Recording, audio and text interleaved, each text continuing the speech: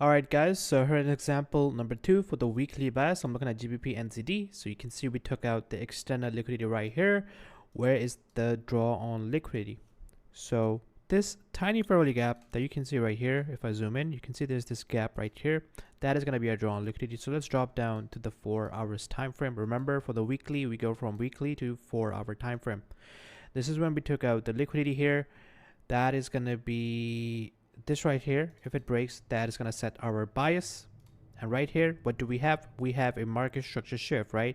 So now once this broke here, that would be our bias till this liquidity level is hit. So now where we could have entered from this bread and butter model, this fair value gap right here that I see right in the premium, and let's see if price goes there. Right there, boom, price goes into the fair value gap, and we have our drawn liquidity hit.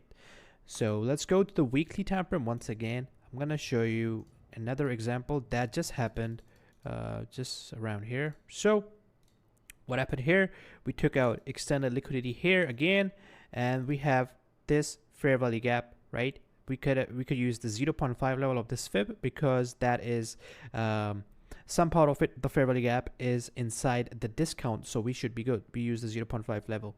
Let's go to the 4-hour time frame and look for what would have happened here. So right here we can see we have this fractal low here, and we also have this fair value gap. So price took out the extended liquidity. We have a market structure shift, setting our bias, right? This is the fair value gap that we take our entry from, right? This fair value gap is filled, and this is the only fair value gap that is left. So we simply take our entry from this fair value gap, we put our stop right above this high, or you can put it here, doesn't matter, and use target this level, which is our draw on liquidity. And let's see how this plays out. And price hits our take profit level. Very simple, guys. So let's move on to the daily example number 2 now.